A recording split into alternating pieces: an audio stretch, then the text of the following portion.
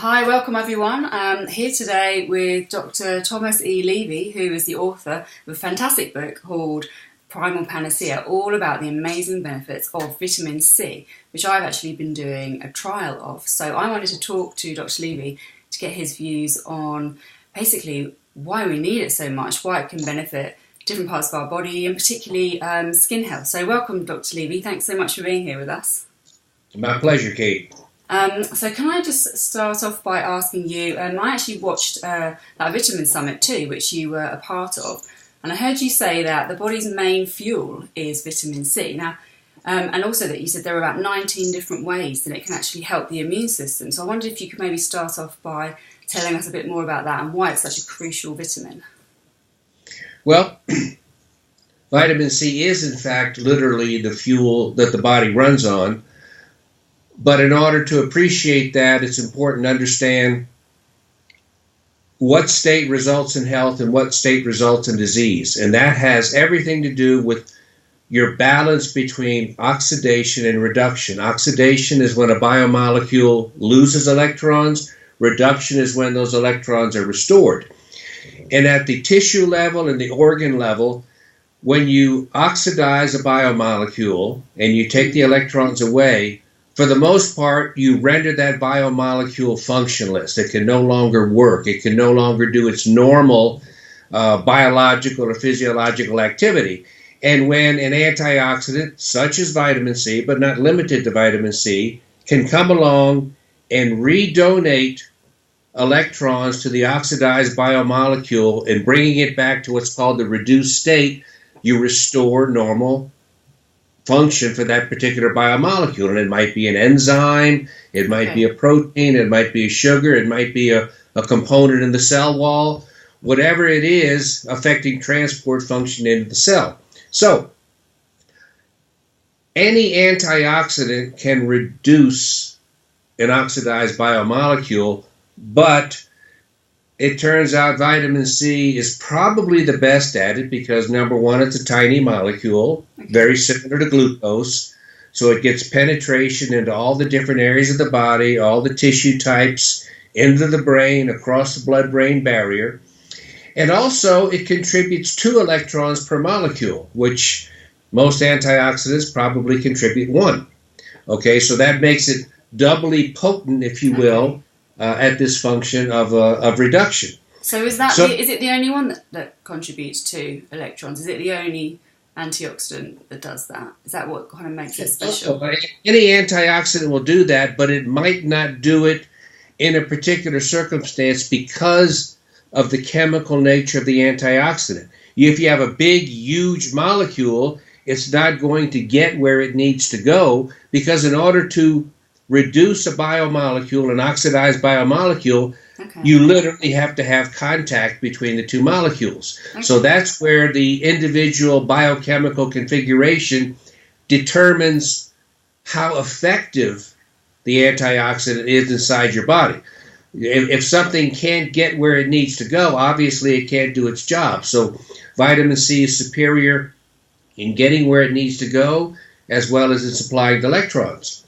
Now, you also mentioned the immune system. And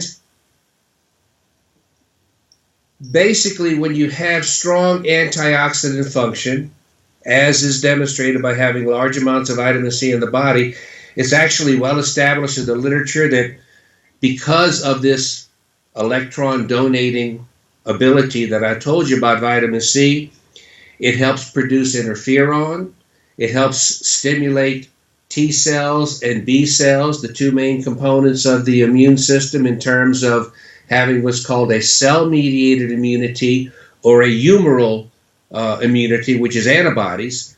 Vitamin C directly stimulates that.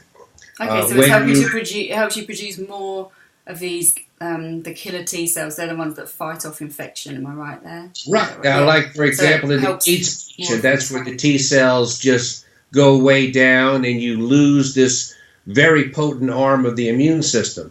And it helps produce antibodies. It stimulates phagocytes to ingest foreign particles and infections. And in fact, this is probably one of the main reasons why vitamin C is so effective against infections. It's because of the incredible multiple-pronged way in which vitamin C stimulates the immune system. Okay, so it's really, really powerful in helping to just stimulate or, well, support all of those aspects of the immune system. Absolutely, yes. Okay, great. Yes. And what, just out of interest, what would you say would be the biggest transformation you've ever seen in either one of your own patients or someone else through taking high-strength vitamin C? I mean, I read about some of the things in your book, but just to share with the readers, what amazing things does it do? Well, I initially got involved with vitamin C when I first worked with Dr. Hal Huggins, a dentist about 25 years ago. He's since passed recently, but he was at the forefront of dealing with mercury toxicity and mercury amalgams and general toxicity. And I had the opportunity at his clinic to see patients that would not only get dental toxins taken out, because it's important before I go on to say that toxins are the exact opposite of an antioxidant. All toxins cause their toxicity by causing oxidation. Okay. So keep that in mind. And then I saw these patients, they would get the toxins out of their mouth, and they'd get maybe 50 grams of vitamin C intravenously every time they had dental work done, as well as a broad spectrum of supplements. It was like a 2-week program. Wow, I won't say this was the rule rather than the exception, but I commonly saw some MS patients who had been wheelchair bound for more than a year or so take their first steps after several weeks. Wow. I saw Alzheimer's patients show some increased clarity of thinking. I saw chronic fatigue syndrome and fibromyalgia, all the aches and pains, either disappear or become very minimal. And I had the opportunity, working as a consultant to Dr. Huggins, to continue follow-up with these patients on the telephone over subsequent months, looking at new blood work, asking them how they're going.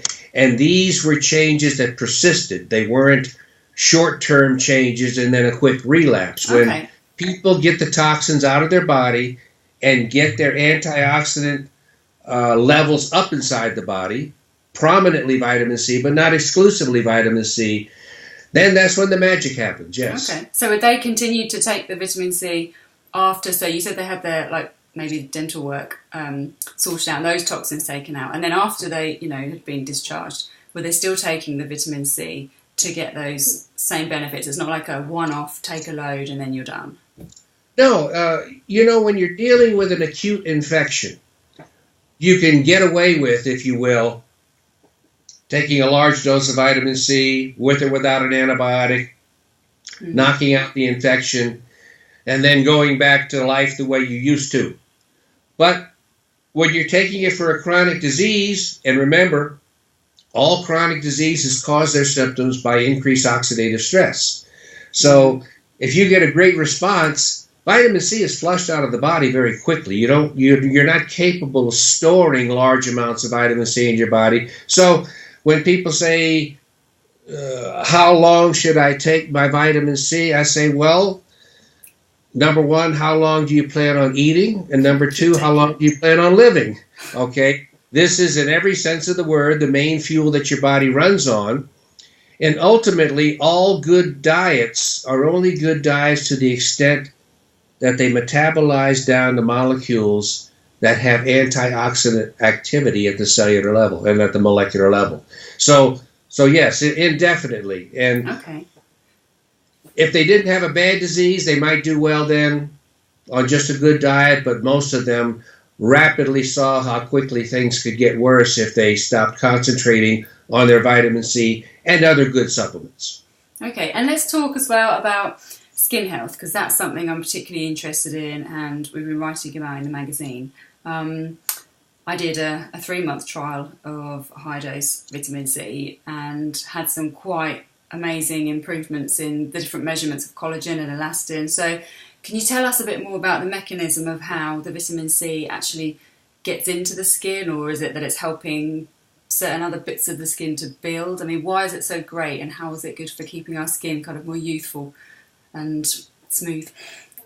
Well, one thing is it's good to remember, I think a lot of people just think about skin as just being the quick superficial layer that wraps up our body. And in fact, the skin, especially when you go down through the depth of the dermis, epidermis, and dermis, it's the largest organ in the body.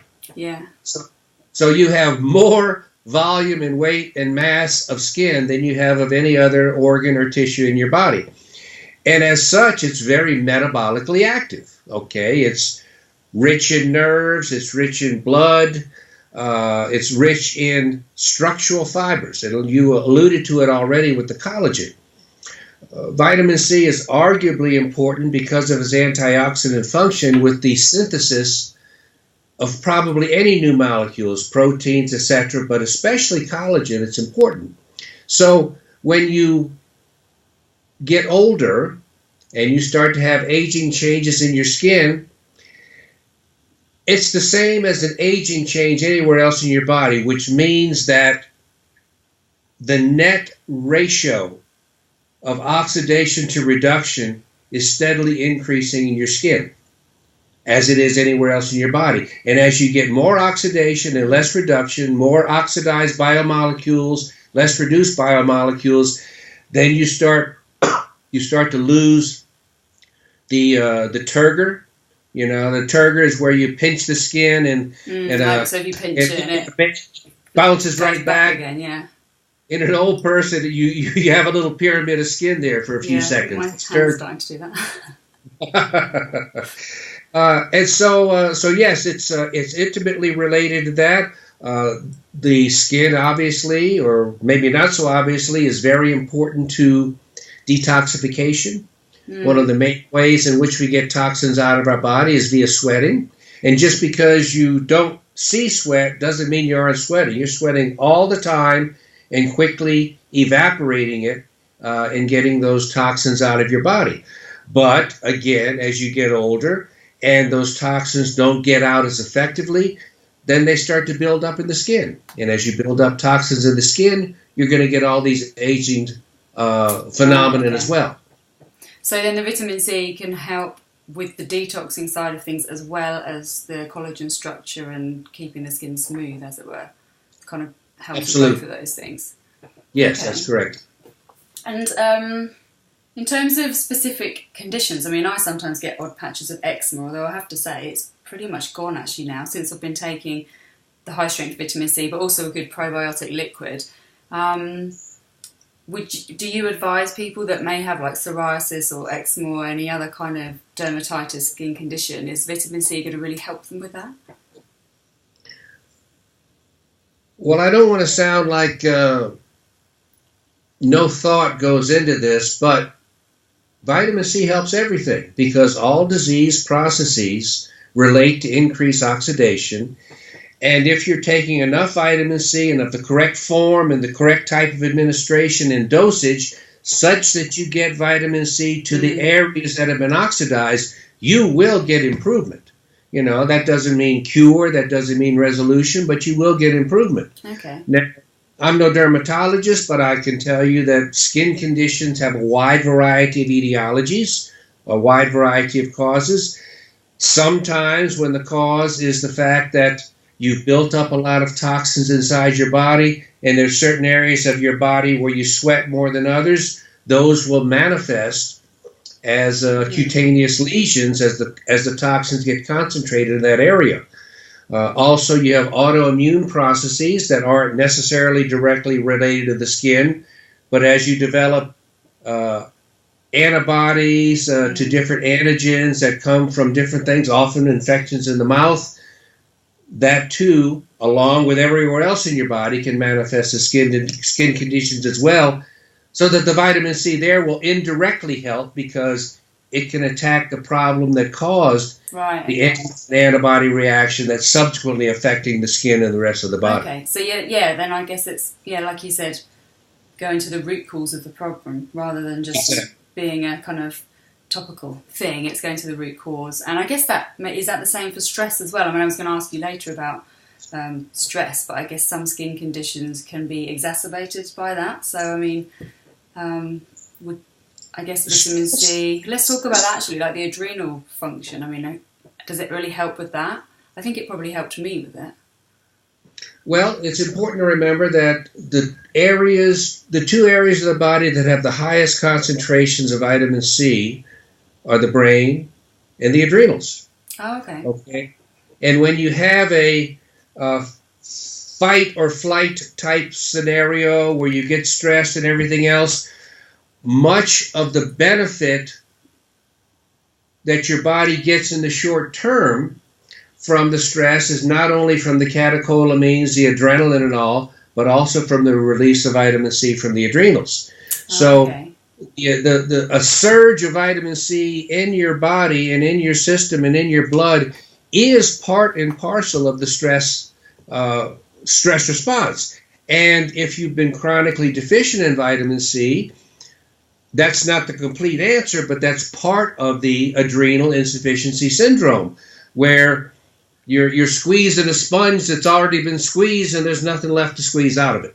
Okay, so then, so I guess vitamin C is really crucial then, especially if people are kind of undergoing chronic stress or acute stress, any type of stress, their adrenals are going to be just needing loads of vitamin C, so that makes it even more important. Yeah. Correct. Interesting how it's all connected and related. But just quickly going back to the skin thing, do you know, I mean, I guess this is going to be different for different people, but how long does it take and at what doses do people need to take vitamin C to kind of experience any types of improvements? Or is that a bit of a general question? Well, again, it depends on the age of the person and the underlying conditions. You have to remember that when you take X amount of vitamin C, that vitamin C is metabolized as quickly and as rapidly to the degree that you have unneutralized toxins inside the body. Because remember, I said the toxins are oxidants. So if you have a large amount of toxicity in the body and you take a certain amount of vitamin C, much of that is going to be lost for the effect that you're looking for because it rapidly gets consumed in this huge amount of toxins. Okay. And this is one of the reasons why there's such a variable response of one person to the next, is I can guarantee you there are no two people on the planet that have the same level of cumulative toxicity inside their body, in the same areas, in the same organs, in the same cells. Everybody's different, and that's also why just any old toxin might cause a dozen different syndromes in a dozen different people, because they all have different areas. So anyway, more direct answer to your question, for the most part, you're going to have a little lag period when you're taking vitamin C and antioxidants internally, okay, for the skin, simply because it takes a while for it to be taken up, for it to concentrate, versus, say, something circulating in the blood. I mean, there's a lot of examples in the past of Dr. Frederick Klenner, who first worked with vitamin C back in the 30s and the 40s and the 50s. He was able to show that people that came in acutely poisoned with different venoms, that he could very quickly get a dramatic positive response by giving vitamin C IV push in the blood, because it would meet the toxin in the blood and then neutralize it before it had a chance to get into the tissues. Okay. But in the case of the skin, probably you shouldn't give up on getting a positive response from vitamin C until you've been taking large amounts of it for at least 3 to 4 weeks.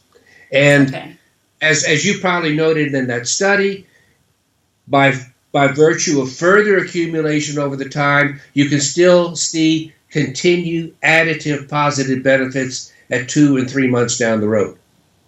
Okay. And just staying with the skin for a minute then, obviously we've been talking so far about internal vitamin C, but lots of skincare creams, and I know you said you're not a dermatologist, but I mean a lot of skincare creams will add vitamin C into them and say, this has got a huge anti-aging benefit. Is there a real remarkable difference, you think, of using topical vitamin C? Because it's in quite a lot of products now. I mean, do you think, is that a marketing ploy, or does it actually really help, or are you just better off having internal vitamin C to get the benefit rather than just like, say, you know, applying it through a moisturizer? No, I think you get profoundly extra benefits from vitamin C by applying it topically. Okay. You just have to keep a few concepts in mind. Number one is concentration. Okay, a lot of them products put in infinitesimal amounts of vitamin C just to be able to advertise they have a vitamin C added cream or serum or this, that, or the other. Like everywhere else in the body, the higher your concentration, the quicker and more significant your benefits will be. When you, for example, I recently have started putting together my own vitamin C serum. Oh, wow. Okay. This is something where you, with water or aloe vera gel, you dissolve ascorbic acid up to a 20% concentration. Okay, 20%. Is that kind of like, would you say that's the minimum you need then, 20% in a Not solution? the minimum. You probably can't get too much more in solution than that. That's more the maximum than the minimum. But let me tell you, when you regularly apply this to the skin, especially areas that have lesions or discolorations and that sort of thing, you can really begin to see the magic, if you will, of vitamin C. The other thing, too, is the carriers that go along with vitamin C. By that I mean liposomes, just like we talk about the liposome product you take orally, even though it's not specifically designed for that, because it is orange and maybe yucky, take it externally, but just putting the liposome product directly on the skin, you can really get profound effect quickly. Oh, I didn't realize you can do that. So you could actually like open one of the sachets and just rub that in. It's like a gel-like substance, isn't it? So that's right.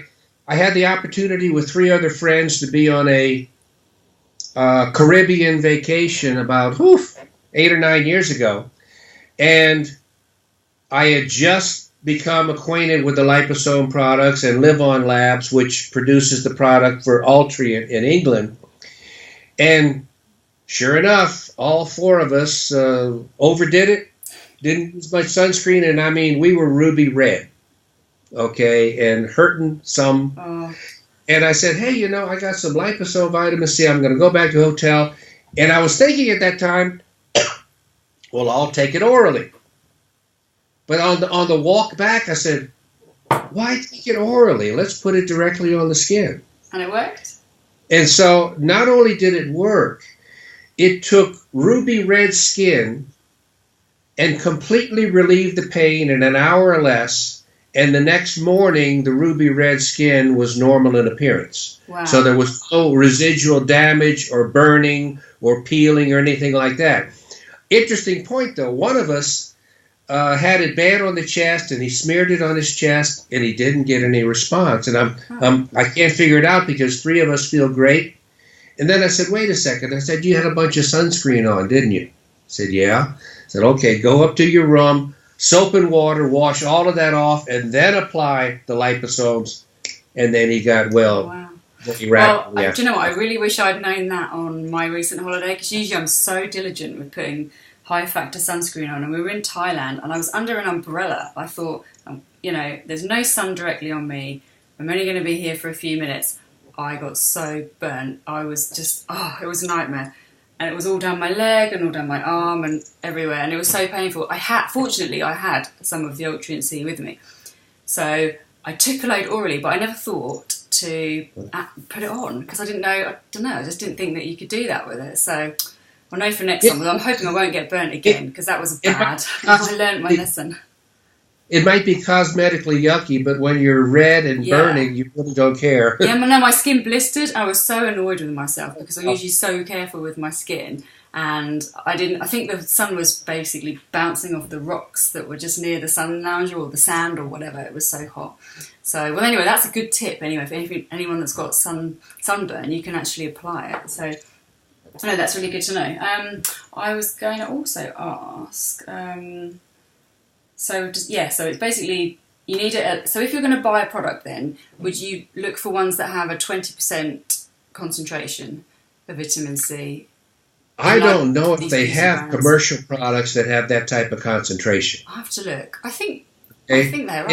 Actually, I discovered this little formulation on a YouTube video. So, I mean, you can just go to YouTube and say how to prepare vitamin C serum for skin application. Yeah. And you'll see something along those lines. But no, I think 20% is vastly higher than what you see in most commercial skin products. So people could make their own solution then, effectively, if they just bought some ascorbic acid and mixed it in with, aloe vera gel, did you say? Aloe vera gel plus a little water. They also said you could use, I think it's a gelatin, or just water. And then you finally, at the end, you just put 3 or 4 drops into your 10 cc's of vitamin E oil. And then it's, when you do it that way, it's costs next to nothing. So you keep it in a dark bottle, and once every week or so, you just throw it out and make another little new batch, just so it hasn't oxidized too much on its own. So keep for about a week. Would you keep it in the fridge, or just not if you have a 72-degree abode and you have a nice dark bottle like that? No problem. Okay. But the fridge would be best if you want to go to that trouble. Okay. So talking then of the vitamin C, how many different types are there? Because most people, I suppose, would have heard of ascorbic acid, and that's, I think, the most common type. But can you tell me about the different types of vitamin C, and perhaps which ones might be better suited to different people or different conditions? If they're in, do they do different things? Well, there's a huge number of different types of vitamin C, and I'll give you a little detail on that. I'll say on my website, peakenergy.com, I have a whole list of articles, and one of them is called The Many Faces of Vitamin C, which goes in detail specifically as to what you just said. Basically, vitamin C is ascorbate. Okay. Ascorbic acid is hydrogen ascorbate. Sodium ascorbate is sodium ascorbate. And then you can link just about any of the different ions to it. You can have magnesium ascorbate, manganese ascorbate, zinc ascorbate. Okay. So those are all different simple forms of ascorbate. It's really best to stick with ascorbic acid or sodium ascorbate when you're taking large amounts of it, because you don't necessarily want large amounts of an associated mineral. Okay? Right, unless it's magnesium. It's very hard to overdo magnesium. Yeah, lots of people need more magnesium. I keep reading and hearing about. Magnesium, I'll tell you, magnesium is more important than C for what it does. Okay. They're the top two. So, but as far as basic types go, you have, of course, the liposome encapsulated vitamin C that we've been talking about, which even though you take it orally, because it's in these tiny little fat balls called liposomes, they get absorbed so quickly and so effectively, and then they make their way eventually into the blood, and they get inside the cell without the consumption of energy, which is even better than if you take it intravenously. If you take it intravenously, it's unencapsulated. It's not in a liposome, and you need energy to pull the vitamin C inside the cell. So like robbing Peter to pay Paul. So the liposomes are very good at dealing with getting vitamin C inside the cell. And because of this, the liposomes are also sort of like a sustained form of vitamin C. I said before, regular vitamin C gets in the body and out very quickly. Right, okay. Yeah, because we don't store it, like you said. So if you take the powder form, like if I took, I had some mixed up in this water, how long would it take to go through me? Is it like within 24 hours? Would it flush out any that you didn't need? Or? Oh, that's that. I mean, if you're just taking a regular form of vitamin C like that, and you want to keep an optimal blood level, I mean, you need to be taking that stuff 3 or 4 times a day. Okay? So you have the liposome, you have powder, as you just said. Powder is good because it helps neutralize the toxins that are forming from bad digestion in the gut, as well as getting inside a large amount of immune cells, because roughly 70% of the immune cells in our body are wrapped around the gut. So you get a lot in your immune system. They have another interesting form of vitamin C called ascorbyl palmitate, which is fat soluble. Regular vitamin C is water soluble. Ascorbyl palmitate is fat soluble, which allows it to get taken up into the cell membranes around the body and help repair cell membrane damage. And then you have intravenous. So, sorry, it was ascorbyl palmitate. Okay, can you say it again? Ascorbyl palmitate. Okay, right. So that's the type of vitamin C that will go into fat. Right. And all these are contained in details in articles on my website, and people, there's no charge for the articles. People can just look at that information as they want. Okay. And so, because obviously, I mean, I've heard of the intravenous vitamin C. I think that's quite an expensive option for people. I don't think many people would probably, and also having an injection isn't my favourite thing in the world. So it's probably, unless someone desperately needed that, I suppose, and it was a life-threatening situation, in which case that's the quickest way, obviously, to get it into your body. I'm guessing really that, buying the powders and having the liposomal or liposomal versions is going to be more cost-effective for people. And would you advise that, especially, say, for skin health, would you say a combination of powdered and liposomal as well, or is one better than the other? I mean, I know you said the liposomal one is good because it's in the fat, it's in the kind of jelly liquid, and that's able to get into your cells more quickly. But then you said something about the powder being particularly good for the gut health and immunity. That's right. One of our main sources of toxicity in the body is poorly digested food that rots and putrefies rather than gets digested. Okay, and nice. When it rots and putrefies, those toxins are some of the most potent toxins on the planet.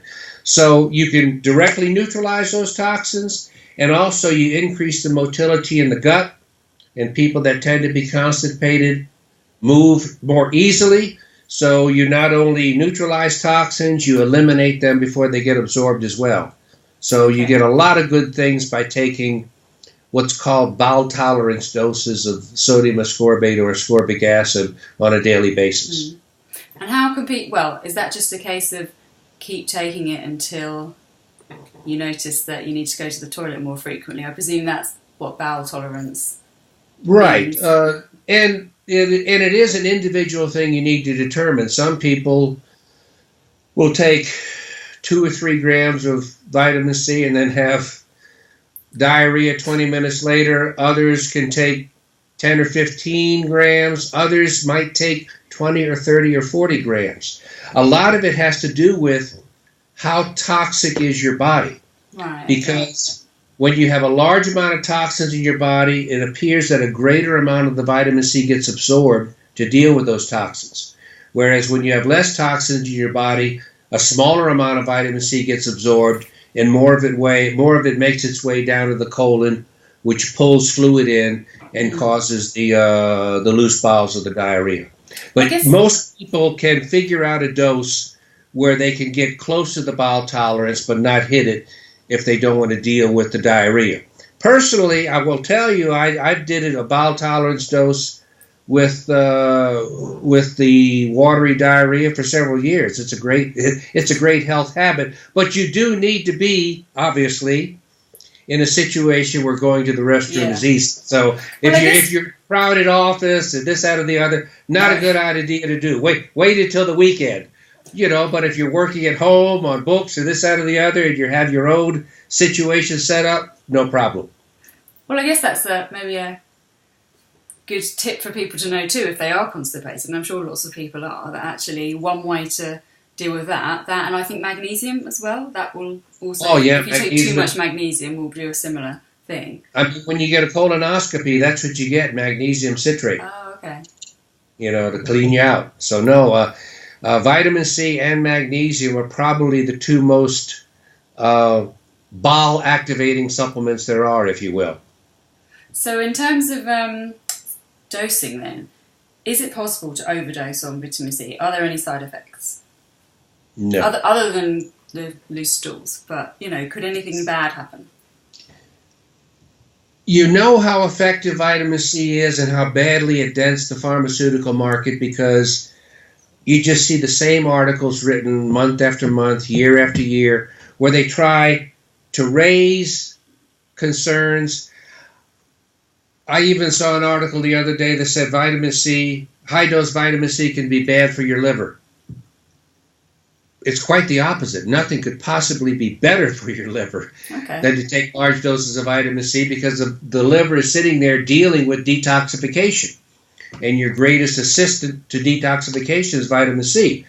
But I will say this, and it's important for the listeners or the viewers to know this: there has never been a set or defined level of toxicity of vitamin C. In other words, there's no amount of vitamin C that's ever been found to be uniformly toxic, no matter what the level is. Wow, now, that's interesting. Think this.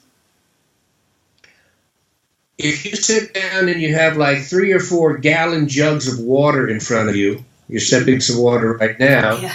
If you if you gulp several gallons of that over the course of the next hour, 6 or 7 hours later, you'd be dead. Now, all you did was drink water, but you killed yourself. Mm. Does that make water poisonous? No. In the technical sense of the word, yes. Okay. Obviously, but there's no dose of vitamin C that's ever been found to cause any problem at all. I mean, you're just if you're taking it orally, you're limited by loose diarrhea. But the only side effect of vitamin C is feeling well and good health, because you're just putting more fuel inside your cells. Mm. Now, they talk about renal toxicity, kidney toxicity. Vitamin C and just about any other thing on the planet can be toxic beyond a certain point in a person that's not excreting properly in the kidneys. Okay, so that's not anything unique to vitamin C. But when you have normal kidney function, not only is there really no chance of damaging your kidneys, they have a whole host of studies that show that rather than cause kidney stones, vitamin C makes it less likely to have a kidney stone, and also makes it easier to dissolve a pre-existing stone. Oh, so again, really? So some people are saying that it could cause kidney problems, but yet you're saying that actually the opposite is true. And right, mostly what's causing those kidney stones are a ton of other factors, not the least of which is calcium supplementation. Okay. Never supplement calcium. Never, never, never. We'll have to talk about that on a different. I reckon that could be a different yes. talk. We could probably go into that. Yeah. But that's one of the primary reasons that people get kidney stones is their calcium supplementation. I mean, there's many things. You have calcium oxalate stones. There's many, many, many things other than vitamin C that supplies oxalate. Matter of fact, pregnant women have super high levels of oxalate in their urine for whatever reason, but they don't have an increased incidence of kidney stones. Oh, that's interesting. Okay, so calcium is the factor there in stone formation. Wow, I'll have to look into that then. That's something new for me to learn today. And I was going to ask, are there any other supplements, maybe like your top 3, or that you think are really good for skin? I mean, obviously vitamin C. What are the other top 2 or 3 vitamins that you recommend or that you think will really benefit skin? And I'm sure they benefit other parts of the body too. But are there kind of key ones that you find most people are deficient in, or that really help? Well, your fat-soluble vitamins, vitamin E, because these are the ones that stay put. You know, they get into cell membranes. I mean, a water-soluble antioxidant is not going to get into the cell membrane, and that's one of the most important things with regard to maintaining and restoring good skin health, is maintaining healthy cell membranes. Okay, so, you know, vitamin E. I will say this. I have what I call the big 4 of supplements. And the most important one is magnesium. Okay, and once you get into the calcium thing, you'll find that magnesium is the antagonist to calcium, and nearly all medical problems are associated with increased calcium levels inside the cell. So and you can't have high magnesium and calcium. They're yin and yang. Oh, okay. If one's high, you take the other one to bring the other one down. So magnesium, vitamin C, of course, vitamin K. And vitamin K works very potently against calcification of the tissues. And then vitamin D. Now, the thing about those 4 supplements, it's just been well established that each one of those supplements taken by itself, monotherapy, decreases your chance of death from anything. Just by just one of those? Jack. So those are the big four. There's a lot of other good supplements to take. There's the B vitamins and lysine and proline and all these things. And it's important, not to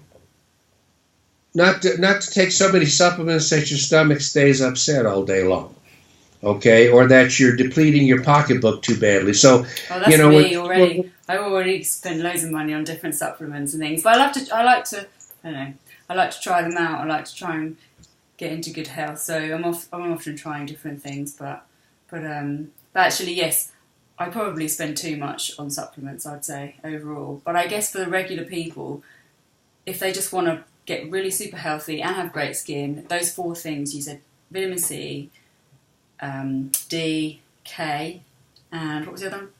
Magnesium. Magnesium, yes. Magnesium. We'll have some magnesium. So they're the super important ones. And does the vitamin C kind of help augment other vitamins too? So if you take it, does it help the action of the other ones? Does it make them more potent in some way? Or is it just that they're kind of synergistic? And excellent point. I mean, you have in your body what I call an antioxidant matrix, okay?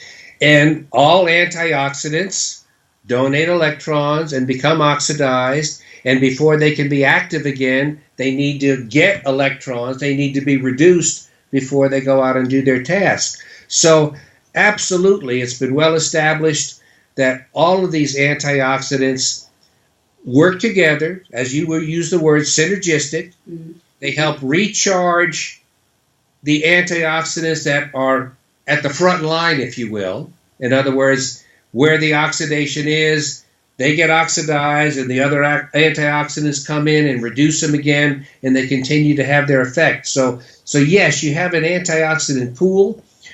Your most important antioxidant inside your cell, glutathione. Glutathione and vitamin C are very, very synergistic, one working to sustain reduced levels of the other. So absolutely, they're all synergistic. See, there's this crazy thing out there called vitamin C complex. That's a myth. It's really getting a lot of traction out there about vitamin C is not ascorbic acid, because they have people that are just trying to sell products that have a lot of other things in them. So is that something called vitamin C complex? Is that the name of a product? Vitamin C complex or whole vitamin C, I just want to say that's bunk. That's ridiculous, because we have many thousands of articles showing that vitamin C alone, as ascorbic acid, can do a phenomenal amount of good things. I only bring that up because if you take other antioxidants, that's fine. You'll make the vitamin C even more effective. Okay. But it doesn't mean that vitamin C is not effective by itself as well. Okay, sure. And then, so just one thing finally for the viewers and listeners, if they think, right, okay, vitamin C, I really need to, I'm not taking any, I want to start. I know you said there's no upper limit, but just as a kind of good dose to make for people to feel the benefits, what dose would you recommend daily for people to start out with? Unless you're in the very small percentage of people that are super sensitive to vitamin C, like I said, there's some people that'll take a gram or two and then they'll start getting the rumbling in the belly and they're off to the bathroom. That's the very tiny minority. Taking something on the order of 2 or 3 grams 3 times a day. Okay. Of either ascorbic acid or sodium ascorbate powder. And then if money is not a super big objective, taking in addition as well the 1 packet of alternate liposomes a day.